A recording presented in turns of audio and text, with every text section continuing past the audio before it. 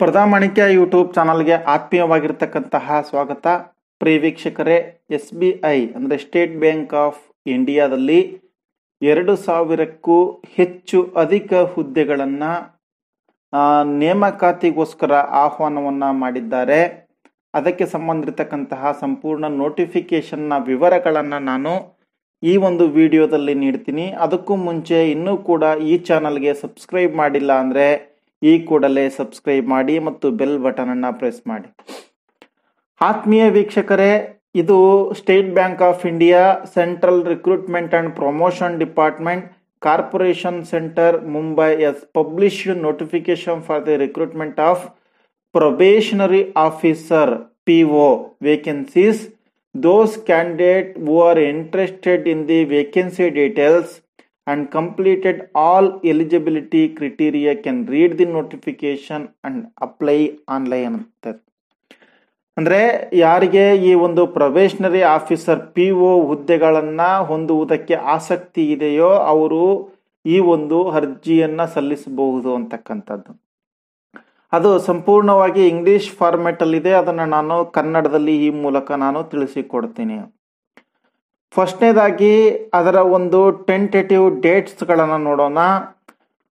Online registration including editing or modification of application by the candidate, ಅಂದರೆ ಅಪ್ಲಿಕೇಶನನ್ನು ಹಾಕುವುದಕ್ಕೆ ಅಂತಿಮ ದಿನಾಂಕ ಅಂದರೆ ಪ್ರಾರಂಭದಿಂದ ಅಂತಿಮ ದಿನಾಂಕ ಅಂದರೆ ಏಪ್ರಿಲ್ 2, 2019ರಿಂದ 22/4/2019 20 ದಿನಗಳ ಕಾಲ ಅವಕಾಶವನ್ನು ಕೊಡಲಾಗಿದೆ. ನೀವು ತಿದ್ದುಪಡಿ ಮಾಡೋದಕ್ಕೆ ಅಥವಾ ಬದಲಾವಣೆ ಮಾಡೋದಕ್ಕೆ ಅಥವಾ ಅಂತಿಮವಾಗಿ ಅರ್ಜಿಯನ್ನು ಸಲ್ಲಿಸುವುದಕ್ಕೆ ಇದೇ ದಿನಾಂಕದ ಒಳಗೆ ಹಾಕಬೇಕಾಗುತ್ತೆ.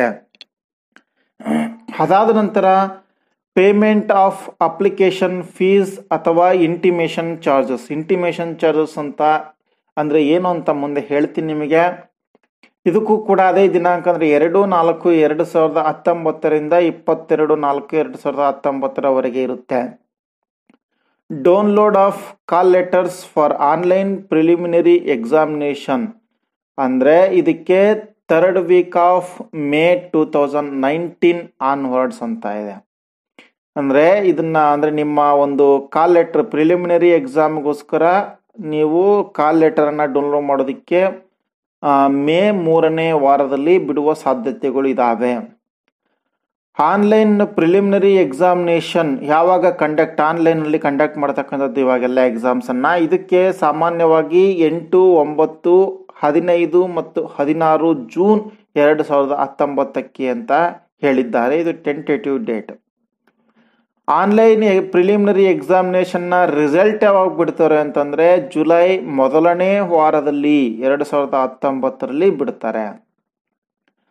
ಅದಾದ ನಂತರ ಅದರಲ್ಲಿ ಸೆಲೆಕ್ಷನ್ ಆಗಿರ್ತಕ್ಕಂತಹ ಕ್ಯಾಂಡಿಡೇಟ್ಗಳು ಮೇನ್ ಎಕ್ಸಾಮಿಗೆ ಹೋಗಬೇಕಾಗುತ್ತೆ. ಅವರು ಈ ಕಾಲ್ ಲೆಟರನ್ನು ಮೇನ್ ಎಕ್ಸಾಮಿನೇಷನ್ಗೆ ಡೌನ್ಲೋಡ್ ಮಾಡ್ತಕ್ಕಂಥದ್ದು ಜುಲೈ 2ನೇ ವಾರ 2019.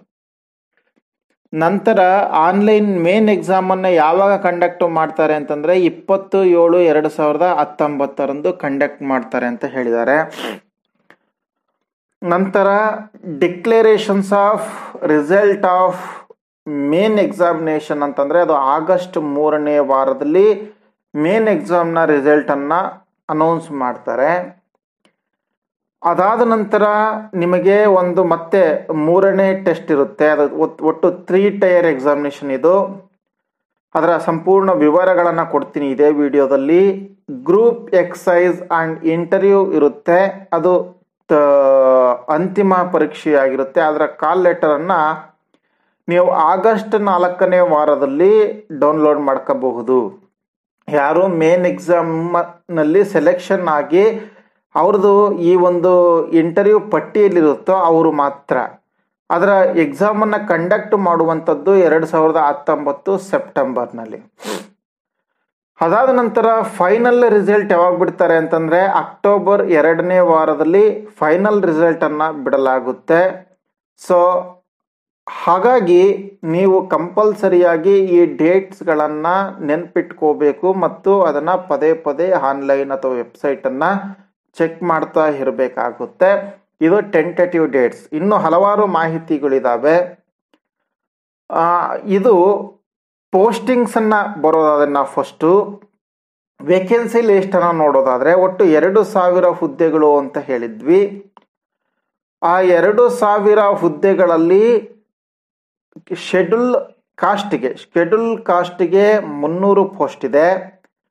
ಶೆಡ್ಯೂಲ್ ಟ್ರೈಬ್ಗೆ 150 ಪೋಸ್ಟ್ ಇದೆ.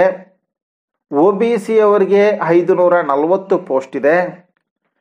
ಎಕನಾಮಿಕಲಿ ವೀಕರ್ ಸೆಕ್ಷನ್ ಅಂತ EWS ಅಂತ ಕರಿತೀವಿ, ಅವರಿಗೆ 200 ಪೋಸ್ಟನ್ನು ರಿಸರ್ವ್ ಮಾಡಲಾಗಿದೆ. ಜನರಲ್ ಮೆರಿಟ್ ಅವರಿಗೆ 810 ಪೋಸ್ಟ್ ಇರ್ತಕ್ಕಂಥದ್ದು ನಾವು ಈ ಕಂಡುಕೊಂಡಿರ್ತಕ್ಕಂತಹ ಒಂದು ಮಾಹಿತಿ. ಇದು ಒಟ್ಟು ಸೇರಿ 2,000 ಪೋಸ್ಟ್ಗಳಿದ್ದಾವೆ. ಅದರಲ್ಲಿ ಸಬ್ ಕ್ಯಾಟಗರಿ ವೈಸ್ ಇರ್ತದೆ. SC ST OBC EWS ಮತ್ತು ಜನರಲ್ ಕ್ಯಾಟಗರಿ ಒಳಗಡೆ ಡಿಸಬಿಲಿಟಿ ಪೀಪಲ್ಸ್ ಅವ್ರಿಗೂ ರಿಸರ್ವೇಷನ್ ಅನ್ನು ಕೊಟ್ಟಿರ್ತಾರೆ. ಅದರಲ್ಲಿ LD VI HI D and E ಅಂದರೆ ಲೋಕೋಮೋಟಿವ್, ವಿಜುವಲ್ ಅಂಡ್ ಹಿಯರಿಂಗ್ ಕೆಲವೊಂದು ಒಳ ಮೀಸಲಾತಿ ಇರುತ್ತೆ PWDಗೆ. ಸೊ ಅವರಿಗೆ ಸಂಬಂಧಪಟ್ಟಿರ್ತಕ್ಕಂತಹ ರಿಸರ್ವೇಷನ್ ಇದು. ಇದಾದ ನಂತರ ನಿಮಗೆ ಡೇಟ್ ಆಫ್ ಬರ್ತ್ ಅನ್ನ ನೋಡೋದಾದ್ರೆ ಇದು ಜನರಲ್ ಮೆರಿಟ್ ಅವರಿಗೆ ಫಸ್ಟ್ ಹೇಳಬೇಕು ಅಂದ್ರೆ ಜನರಲ್ ಮೆರಿಟ್ ಅವರಿಗೆ ಆಸ್ ಆನ್ 1/4/2019ಕ್ಕೆ 1/4/2019ಕ್ಕೆ 21 ವರ್ಷ ತುಂಬಿರಬೇಕು ಮತ್ತು 30 ವರ್ಷಕ್ಕಿಂತ ಹೆಚ್ಚಾಗಿರಬಾರದು. ಅದಕ್ಕೆ ಒಂದು ಟೆಂಟೇಟಿವ್ ಡೇಟ್ ಕೊಟ್ಟಿದ್ದಾರೆ, ಒಂದು ಡೇಟನ್ನು ಕೊಟ್ಟಿದ್ದಾರೆ exact. Who those people belongs to the general merit 1/4/1998ಕ್ಕಿಂತ ಮುಂಚೆ ಹುಟ್ಟಿರಬೇಕು. 2/4/1989 ನಂತರ ಹುಟ್ಟಿರಬೇಕು. ಶೆಡ್ಯೂಲ್ ಕ್ಯಾಸ್ಟ್ಗೆ ಏಜ್ ರಿಲ್ಯಾಕ್ಸೇಷನ್ ಇದೆ. ಅವ್ರಿಗೆ ಹೇಳ್ತೀನಿ age relaxation for the scheduled caste or schedule ಟ್ರೈಬ್ಗೆ 5 ವರ್ಷ ಏಜ್ ರಿಲ್ಯಾಕ್ಸೇಷನ್ ಇದೆ. ಅಂದರೆ ಅವರು 35 ಇಯರ್ ವರೆಗೂ ಕೂಡ ಕಾಂಪಿಟೇಷನ್ ಮಾಡ್ಬೋದು ಅಥವಾ ಅಪ್ಲಿಕೇಶನ್ ಅನ್ನು ಹಾಕ್ಬೋದು. ಅದರ್ ಬ್ಯಾಕ್ವರ್ಡ್ ಕ್ಲಾಸಸ್ ಹೂ ದೋಸ್ ನಾನ್ ಕ್ರಿಮಿಲೇಯರ್ ಅಂತ ಏನಿರ್ತೀವಲ್ಲ, ನಾನ್ ಕ್ರಿಮಿಲೇಯರ್ಗೆ ಕ್ರಿಮಿಲೇಯರ್ ಅಂತ ಆಲ್ರೆಡಿ ಹೇಳಿದ್ದೀನಿ. ಬಟ್ ಇನ್ನೊಂದು ಅರ್ಥ ಮಾಡ್ಕೊಳ್ಳಿ, ಸ್ಟೇಟ್ ಕ್ರಿಮಿಲೇಯರ್ ಬೇರೆ ಇರುತ್ತೆ, ಸೆಂಟ್ರಲ್ ಕ್ರಿಮಿಲೇಯರ್ ಬೇರೆ ಇರುತ್ತೆ. ಯಾಕೆ ಅಂತಂದ್ರೆ ಇಲ್ಲಿ ಕ್ಯಾಸ್ಟ್ ಡಿವೈಡ್ ಆಗ್ತಕ್ಕಂಥದ್ದನ್ನ ನೋಡ್ತೀವಿ. ಒಂದು ಸ್ವಲ್ಪ ನೀವು ಸೆಂಟ್ರಲ್ ಸರ್ಟಿಫಿಕೇಟ್ ಅನ್ನ ತೆಗಿಸ್ಬೇಕಂದ್ರೆ, ಸೆಂಟ್ರಲ್ ಗೌರ್ಮೆಂಟ್ ಅಪ್ಲಿಕೇಶನ್ ಅನ್ನು ಹಾಕಬೇಕು ಅಥವಾ ಬ್ಯಾಂಕಿಂಗ್ ಅಪ್ಲಿಕೇಶನ್ ಅನ್ನು ಹಾಕಬೇಕು ಅಂತಂದ್ರೆ ನಮ್ಮ ಸ್ಟೇಟ್ ಗೌರ್ಮೆಂಟ್ ಕೊಡ್ತಕ್ಕಂತಹ ಕ್ಯಾಸ್ಟ್ ಅಂಡ್ ಇನ್ಕಮ್ ಸರ್ಟಿಫಿಕೇಟ್ ನಡೆಯೋದಿಲ್ಲ. ಯಾಕೆ ಅಂತಂದ್ರೆ ಅದರಲ್ಲಿ ಗವರ್ಮೆಂಟ್ ಆಫ್ ಕರ್ನಾಟಕ ಅಂತ ಇರುತ್ತೆ, ಅದು ಇಲ್ಲಿ ವ್ಯಾಲಿಡ್ ಆಗೋದಿಲ್ಲ. ಹಾಗಾಗಿ ನೀವು 2A 2B 3A 3B certificate ಅನ್ನ ಪಡೆದ್ರೆ ಅದು ಇಲ್ಲಿ ನಡೆಯೋದಿಲ್ಲ. ಬದಲಾಗಿ ನೀವು OBC ಸರ್ಟಿಫಿಕೇಟ್ ಅನ್ನ ಪಡಿಬೇಕು. ಅದರಲ್ಲಿ OBC ಸರ್ಟಿಫಿಕೇಟ್ ಅಂತ ಇರಬೇಕು, ಜೊತೆಗೆ ಅದು ಗವರ್ಮೆಂಟ್ ಆಫ್ ಇಂಡಿಯಾ ಅಂತ ಇರಬೇಕು ಅದ್ರ ಮೇಲೆ ನೀವು. ಹಾಗಾಗಿ OBC ಸರ್ಟಿಫಿಕೇಟ್ ಅನ್ನ ತೆಗಿಸ್ಬೇಕಾಗುತ್ತೆ. ನೀವು 2A ಸರ್ಟಿಫಿಕೇಟ್ 2B ಸರ್ಟಿಫಿಕೇಟ್ ಇಲ್ಲಿ ಅದು ವ್ಯಾಲಿಡ್ ಇರೋದಿಲ್ಲ. ಅದಾದ ನಂತರ ಅವರಿಗೆ 3 ವರ್ಷ ಏಜ್ ರಿಲ್ಯಾಕ್ಸೇಷನ್ ಇರುತ್ತೆ. ಅಂದ್ರೆ ಅವರು 33 ವರ್ಷದವರೆಗೆ ಅಪ್ಲಿಕೇಶನ್ ಅನ್ನ ಹಾಕಬಹುದು. PWDಗೆ ಅಂದ್ರೆ ಪರ್ಸನಲ್ ವಿತ್ ಡಿಸಬಿಲಿಟಿ ಪೀಪಲ್, ಅವರು PWD SC ಅಂಡ್ ST ಆಗಿದ್ರೆ ಅವರಿಗೆ 15 ವರ್ಷದವರೆಗೆ ಏಜ್ ರಿಲ್ಯಾಕ್ಸೇಷನ್ ಇದೆ. PWD physical person with disability ಅಂತ, ಅವರು OBC ಅವರಾಗಿದ್ರೆ 13 ವರ್ಷ ಅವರು ಏಜ್ ರಿಲ್ಯಾಕ್ಸೇಷನ್ ಅನ್ನು ಪಡಿತಾರೆ. PWD ಜನರಲ್ ಅಥವಾ EWS ವೀಕರ್ ಸೆಕ್ಷನ್ ಆಗಿದ್ರೆ ಅವರಿಗೆ 10 ವರ್ಷದ ಕಾಲ ರಿಲ್ಯಾಕ್ಸೇಷನ್ ಅನ್ನ ಪಡೆಯಲಾಗುತ್ತೆ. ಇನ್ನು ex service man, commissioned officer including emergency commissioned officers, short service commissioned officers who have rendered 5-year military service and have been released on completion of assignment, otherwise than by way of dismissal or discharge on account of misconduct or inefficiency or physical disability attributable to military service or involvement ಅಂತಕ್ಕಂಥವ್ರಿಗೆ, ಅಂದರೆ ex service man ಅವರು ವಜಾ ಆಗಿರಬಾರ್ದು, ಅವ್ರು misconduct ಆದಮೇಲೆ ಅಥವಾ ಅವರು suspend ಆಗಿರಬಾರ್ದು ಅಥವಾ physical disability ಆಗಿರಬಾರ್ದು, ಅವರಿಗೆ 5 ವರ್ಷ ಎಕ್ಸ್ಟೆನ್ಷನ್ ಇದೆ. Persons ordinarily domiciled of the state of Jammu and Kashmir, ಅದು 5 ವರ್ಷ ಅವರಿಗಿರುತ್ತೆ ಅಂತಕ್ಕಂಥದ್ದು. ಅದಾದ ನಂತರ ಎಲಿಜಿಬಿಲಿಟಿ ಕ್ರಿಟೀರಿಯಾ ಏನಿರುತ್ತೆ ಅಂತಂದರೆ essential academic qualification, graduation in any discipline from the recognised university or any equivalent qualification recognised such as A by the central government, those who R in the final year semester of their graduation may also apply provisional subject to the condition that if called for interview they will have to produce proof of having passed the graduation examination on or before 31/8/2019. Candidate have integrated dual degree certificate should ensure that the date of passing the IDD is on or before 31/8/2019. Candidate processing qualification of charter accountant may also apply ಅಂತ. ಅಂದರೆ ಇವರು degree complete ಆಗಿರಬೇಕು, any of the decree graduation degree complete ಆಗಿರಬೇಕು, ಅಥವಾ ಅವರು final year ಇದ್ರೂ ಕೂಡ application ಅನ್ನು ಹಾಕಬಹುದು. ಆದರೆ ಅವರು ಇಂಟರ್ವ್ಯೂ ಬರುವ ವೇಳೆಗೆ ಅವ್ರದ್ದು ಉತ್ತೀರ್ಣ ಆಗಿರಬೇಕು, ಜೊತೆಗೆ ಪಾಸಿಂಗ್ ಸರ್ಟಿಫಿಕೇಟ್ ಇರಬೇಕು. ಹಾಗಾಗಿ ಫೈನಲ್ ಇಯರ್ ಇದ್ದಂಥವ್ರು ಅಪ್ಲಿಕೇಶನ್ ಹಾಕ್ಬೋದು, ಬಟ್ ಇಂಟರ್ವ್ಯೂ ಬರುವ ವೇಳೆಗೆ ಅವ್ರದ್ದು ಎಕ್ಸಾಮಿನೇಷನ್ ಪಾಸ್ ಆಗಿ ಅವ್ರದ್ದು ಪಾಸಿಂಗ್ ಸರ್ಟಿಫಿಕೇಟ್ ಅಥವಾ ಇನ್ಯಾವುದೇ ಆನ್ಲೈನ್ ಸರ್ಟಿಫಿಕೇಟನ್ನು ಪಡೆದುಕೊಂಡಿರಬೇಕು. ಅಂಥವರಿಗೆ ಅವಕಾಶವನ್ನು ಕಲ್ಪಿಸಿ ಕೊಡಲಾಗಿದೆ. ಸೆಲೆಕ್ಷನ್ ಪ್ರೊಸೀಡರ್ 3 ಟೈರ್ ಎಕ್ಸಾಮ್ ಇರುತ್ತೆ ಅಂತ ಹೇಳಿದ್ದೆ. ಅದರಲ್ಲಿ ಫಸ್ಟು ಪ್ರಿಲಿಮಿನರಿ ಎಕ್ಸಾಮಿನೇಷನ್, ಪೂರ್ವಭಾವಿ ಪರೀಕ್ಷೆ ಅಂತ ಕರಿತೀವಿ. ಇದು ಮೊದಲನೇ ಹಂತದ ಪರೀಕ್ಷೆ. ಇಲ್ಲಿ 100 ಅಂಕಗಳಿಗೆ ಪರೀಕ್ಷೆಯನ್ನು ಕಂಡಕ್ಟ್ ಮಾಡಲಾಗುತ್ತೆ. 3 ಸೆಕ್ಷನ್ಸಿಂದ ಕ್ವಶನ್ಸ್ ಬರುತ್ತೆ. ಅದರಲ್ಲಿ ಇಂಗ್ಲೀಷ್ ಲ್ಯಾಂಗ್ವೇಜಿಂದ 30 ಪ್ರಶ್ನೆಗಳು, ಕ್ವಾಂಟಿಟೇಟಿವ್ ಆಪ್ಟಿಟ್ಯೂಡಿಂದ 35 ಅಂಕಗಳು, ರೀಸನಿಂಗ್ ಎಬಿಲಿಟಿಯಿಂದ 35 ಅಂಕಗಳಿರುತ್ತೆ. ಒಟ್ಟು 100 ಅಂಕಗಳ ಪ್ರಶ್ನೆ ಪತ್ರಿಕೆ 1 ಗಂಟೆಯ ಕಾಲಾವಧಿಯಲ್ಲಿ ನೀವು ಬರೆಯಬೇಕಾಗುತ್ತದೆ. ಇದು ಫಸ್ಟ್ ಫೇಸ್. ಸೆಕೆಂಡ್ ಫೇಸಲ್ಲಿ ನೀವು ಈಗಾಗಲೇ ಪ್ರಿಲಿಮಿನರಿ ಎಕ್ಸಾಮನ್ನು ಬರೆದ ನಂತರ ನಿಮಗೆ ಒಬ್ಬರಿಗೆ 10 ಜನರಂತೆ ಇದೇನೋ ಮೇನ್ಸ್ ಎಕ್ಸಾಮಿಗೆ ಅವರು ಕರೆಯಲಾಗ್ತದೆ. ಮೇನ್ಸ್ ಎಕ್ಸಾಮಿಗೆ ಕರಿಬೇಕಾದ್ರೆ ಒಬ್ಬರಿಗೆ 10 ಜನರಂತೆ ಕರೆಯಲಾಗುತ್ತೆ. ಇಲ್ಲಿ 200 ಅಂಕದ ಪ್ರಶ್ನೆ ಪತ್ರಿಕೆ, ಡಿಸ್ಕ್ರಿಪ್ಟಿವ್ ಆಗಿರತಕ್ಕಂತಹ ಪ್ರಶ್ನೆ ಪತ್ರಿಕೆ ಕೂಡ ಇರುತ್ತೆ. 200 ಅಂಕದ ಅಬ್ಜೆಕ್ಟಿವ್ ಟೆಸ್ಟ್ ಇರುತ್ತೆ. Descriptive test 50 ಅಂಕಗಳಿಗಿರುತ್ತೆ. ಒಟ್ಟು 250 ಅಂಕಗಳಿಗೆ ಒಟ್ಟಾರೆಯಾಗಿರ್ತಕ್ಕಂಥ ನೀವು ಪರೀಕ್ಷೆಯನ್ನು ಬರೀಬೇಕಾಗುತ್ತೆ. ಇಲ್ಲಿ 3 ಅಂಕಗಳಿಗೆ 200 ಅಂಕದ ಪ್ರಶ್ನೆ ಪತ್ರಿಕೆಯನ್ನು ನೀವು 4 ಸೆಕ್ಷನಲ್ಲಿ ಪ್ರಶ್ನೆಗಳನ್ನ ಕೇಳಲಾಗುತ್ತೆ. ರೀಸನಿಂಗ್ ಅಂಡ್ ಕಂಪ್ಯೂಟರ್ ಆಪ್ಟಿಟ್ಯೂಡ್ಗೆ 45 ಕ್ವಶನ್ನು, 60 ಮಾರ್ಕ್ಸ್ ಇರುತ್ತೆ. ಡಾಟಾ ಅನಾಲಿಸಿಸ್ ಅಂಡ್ ಇಂಟರ್ಪ್ರಿಟೇಷನ್ಗೆ 35 ಪ್ರಶ್ನೆಗಳಿರುತ್ತೆ. ಅದಕ್ಕೆ maximum marks 60. General or economy or banking ಅವೇರ್ನೆಸ್ಗೆ 40 ಕ್ವಶನ್ಸ್ ಇರುತ್ತೆ, 40 ಅಂಕಗಳು. ಜನರಲ್ ಅಥವಾ ಎಕನಾಮಿ ಅದಾಯಿತು. ಇಂಗ್ಲೀಷ್ ಲ್ಯಾಂಗ್ವೇಜ್ಗೆ 35 ಕ್ವಶನ್ಸ್ ಇರುತ್ತೆ, ಅದು 40 ಅಂಕಗಳನ್ನ 40 ಅಂಕಗಳು ಮ್ಯಾಕ್ಸಿಮಮ್ ಇರುತ್ತೆ. ಒಟ್ಟು 155 ಪ್ರಶ್ನೆಗಳು, 200 ಅಂಕಗಳನ್ನು ಇಲ್ಲಿ 3 ಗಂಟೆಯ ಕಾಲಾವಧಿಯಲ್ಲಿ ಬರೀಬೇಕಾಗುತ್ತೆ.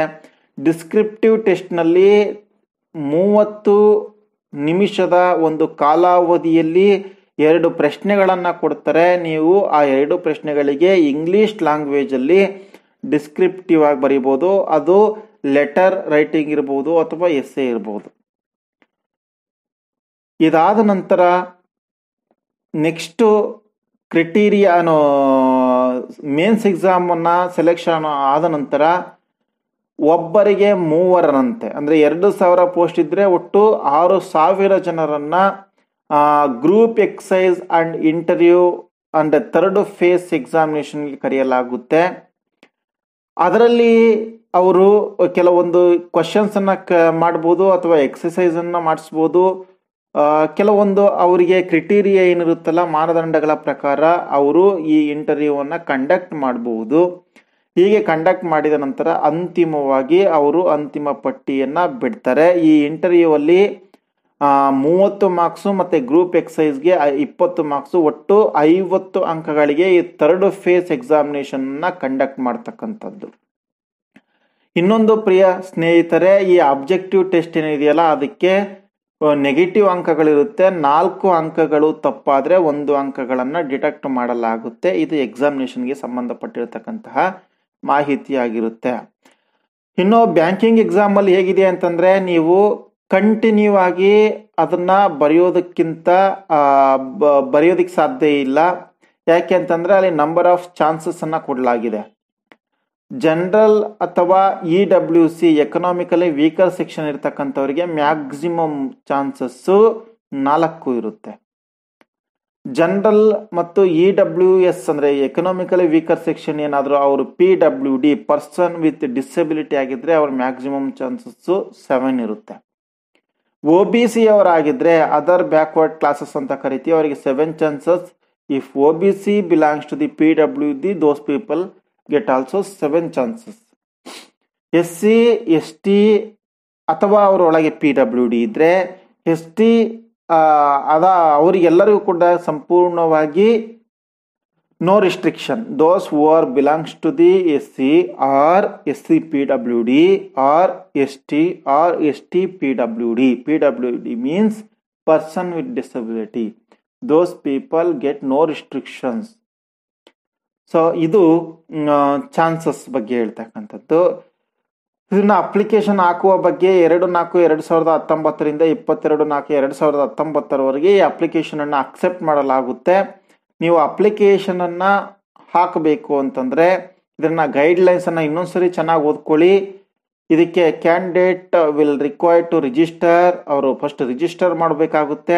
ನೀವು ಅದಕ್ಕೆ www.sbi.co.in/careers ಈ ಒಂದು ವೆಬ್ಸೈಟ್ಗೆ ಹೋಗಿ ಇಲ್ಲಿ ನೀವು ಅಪ್ಲಿಕೇಶನ್ ಅನ್ನ ಸಂಪೂರ್ಣವಾಗಿ ಫಿಲಪ್ ಮಾಡಿ ಸಬ್ಮಿಟ್ ಮಾಡಬಹುದು. ದೆನ್ ನೀವು ಈ ಒಂದು ವೆಬ್ಸೈಟ್ ಅನ್ನ ಕಂಟಿನ್ಯೂ ಆಗಿ ನಿಮ್ಮ ರಿಜಿಸ್ಟರ್ ಪಾರ್ಟ್ನಲ್ಲಿ ಹೋಗಿ ಚೆಕ್ ಮಾಡ್ತಾ ಇರಬೇಕಾಗುತ್ತೆ. ಯಾಕೆಂದ್ರೆ ಇದು ಕಂಟಿನ್ಯೂ ಪ್ರೋಸೆಸ್ ಆಗಿರ್ತಕ್ಕಂತಹ ಕಾರಣಕ್ಕೋಸ್ಕರ.